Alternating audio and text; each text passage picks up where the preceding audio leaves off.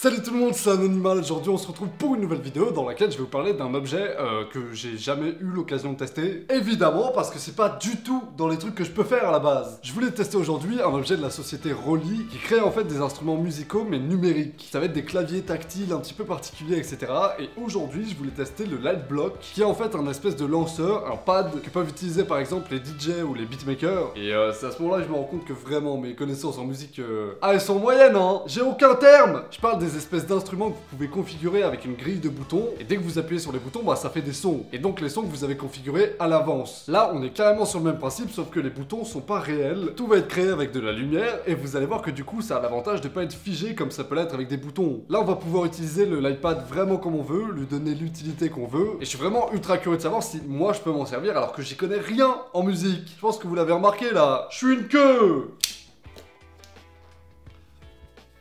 C'est vraiment beau. Oh là là. Ok, à l'intérieur de la boîte, nous avons du coup plein de notices. Alors, hop. Ah, et du coup, on a des logiciels qui sont fournis avec pour pouvoir faire fonctionner le l'iPad. Évidemment, c'est pas magique non plus, va falloir le configurer, j'imagine, mettre des sons aux bons endroits, etc. Et ça va demander des logiciels. Et c'est là-dedans, du coup, avec des clés qui m'ont été fournies, que je vais pouvoir la récupérer sur le site. Là, on a... Bon, vraiment, pour le coup, des trucs pas intéressants. Des petits stickers, évidemment. Ils sont pas fous, hein, ceux-là. Et le dernier truc de disponible dans la boîte, ça va être un câble USB vers USB type C pour pouvoir le brancher à un ordinateur. Et du coup, configurer le l'iPad ou enregistrer avec, même si normalement, de base, il peut être connecté sans fil. Par Bluetooth, par exemple. Ce qui est assez ouf, et je m'y attendais pas du tout avec ça, c'est que la surface sur laquelle on va taper pour faire de la musique, elle est molle. Mais c'est une surface hyper satisfaisante. Je sais pas si je peux le montrer vraiment à la caméra, mais la texture est assez ouf. C'est mou, mais c'est pas assez mou pour que ce soit de la mousse. Je sais pas ce que c'est. Bon alors du coup, on va quand même essayer de l'allumer pour voir un petit peu comment ça peut fonctionner. D'accord, donc ça j'imagine que ça veut dire qu'il n'y a pas de batterie, hein. Allez! Ah d'accord, je me suis gouré, hein. Vous avez un bouton ici en dessous qui va vous permettre d'allumer et d'activer le Bluetooth, et un bouton ici sur le côté qui va vous permettre de mettre en place, j'imagine, les carrés sur lesquels vous allez taper pour faire de la musique. Comme je vous l'ai dit, moi j'y connais rien, c'est la première fois que je touche un truc comme ça, donc soyez indulgents, moi j'ai pas les termes, je suis nul. Je vais télécharger toutes les applications, et on va peut-être pouvoir commencer à tâter le terrain là, hein. Oh! J'ai beaucoup trop hâte! Bon, je vais faire ça sur mon PC portable, comme ça je serai totalement mobile. Si je veux me mettre dans mes toilettes pour faire des beats là, comme ça, tranquillement sur le trône, bah je peux. Mais ça n'arrivera certainement jamais. Ok, donc là ce qui se passe, c'est que j'ai une liste de sons qui sont disponibles et installables. Donc je vais avoir 5D, EDM, Chillwave Drifting, Cinematica, etc. etc. Et ça va permettre de mettre des sons directement dans l'iPad et de créer des ambiances. Je vais installer... tout! Oh, ça va être lourd! Sur mon iPhone, je vais télécharger un logiciel qui s'appelle Noise, qui est disponible aussi sur Android, qui est un logiciel gratuit qui va fonctionner avec le l'iPad et qui va pouvoir y incorporer de la musique. Je crois, hein. Là, en gros, vous allez pouvoir sélectionner des types de musique, etc. Là, j'ai mis Trap Drum Kit, qui vont être du coup des sons un petit peu trap. Vous allez avoir des basses, des trucs comme ça.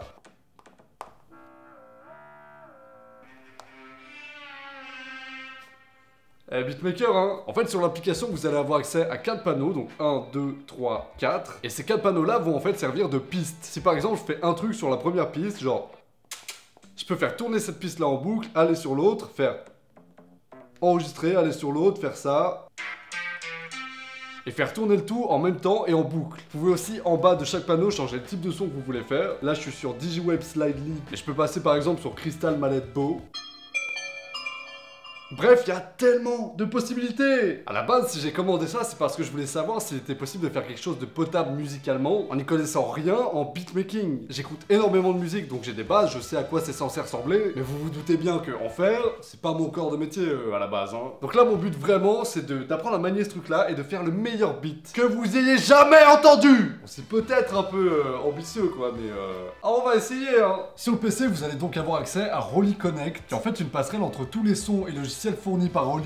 On va commencer par parler du Roly Dashboard qui va être vraiment l'outil clé pour se servir du l'iPad, puisqu'il va lui permettre de jongler entre tous les affichages qui ont évidemment des fonctions différentes les uns des autres. Il y a par exemple des fonctionnalités qui vont vous permettre de gérer le volume des pistes en direct, de créer des mélodies automatiquement, d'améliorer la compatibilité avec plusieurs logiciels comme Ableton par exemple, qui est pour le coup un logiciel qui est beaucoup moins intuitif que les logiciels dont on va parler tout à l'heure, mais qui est un petit peu plus pro, comme ça peut être le cas pour FL Studio et Logic Pro X par exemple. Il y a aussi des modes un petit peu plus classiques qui vont vous permettre d'avoir accès à des espaces sur lesquels vous pouvez taper pour faire de la musique un petit peu plus librement, exactement comme ça peut être le cas ici.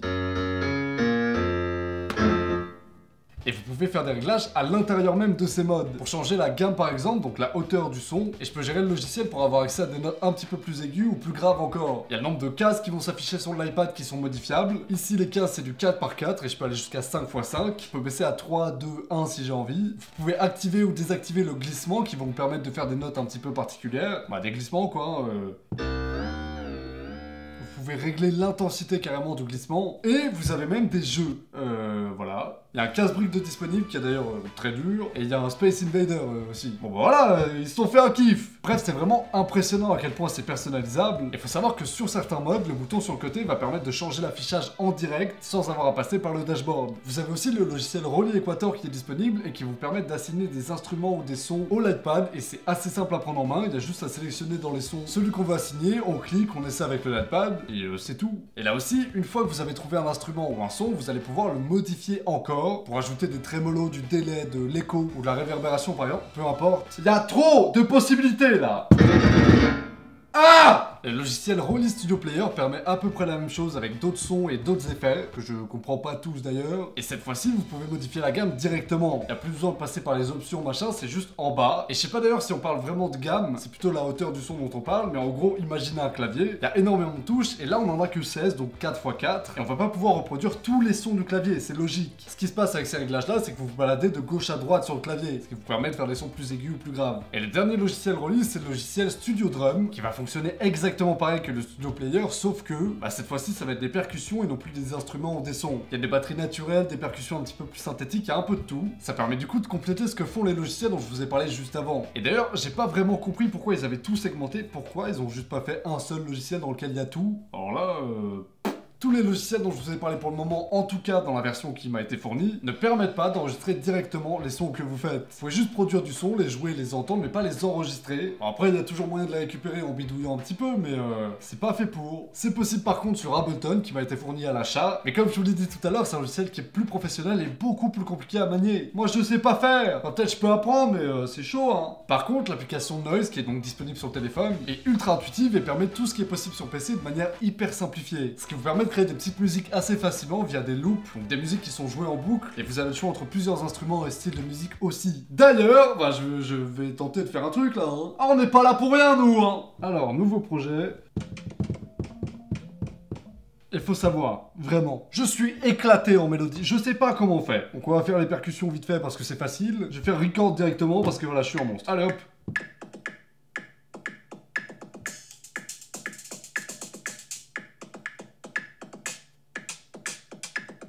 C'est éclaté. Le truc est automatique et je suis naze. Alors commence. Ça m'a saoulé. Ok, c'est reparti.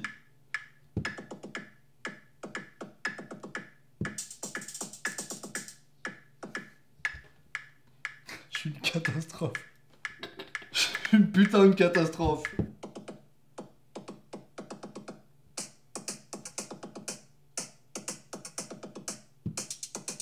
Ok. Lâchez un truc là. On va enregistrer, hein.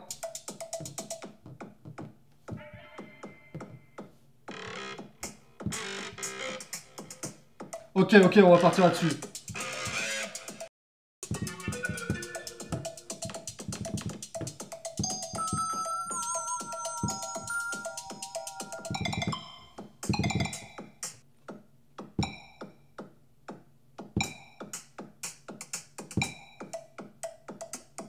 Merde! Mon rythme! Nul!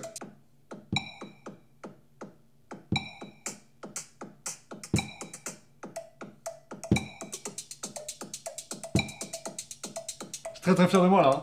Ok, on va changer de mélodie maintenant, ça c'est trop parfait ça.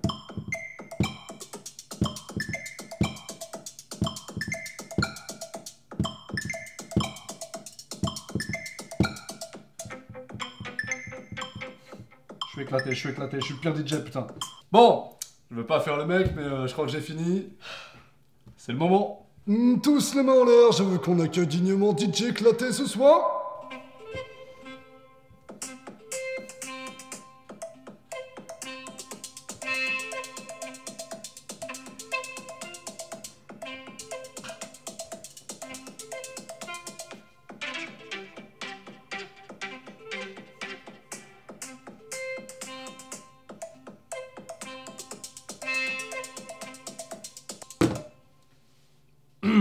Bon, bah écoutez, pour conclure, en vrai, je trouve que c'est un produit qui est incroyable. Il est hyper polyvalent, on peut faire plein de choses avec. Ce que j'ai fait avant, c'était éclaté, hein, mais...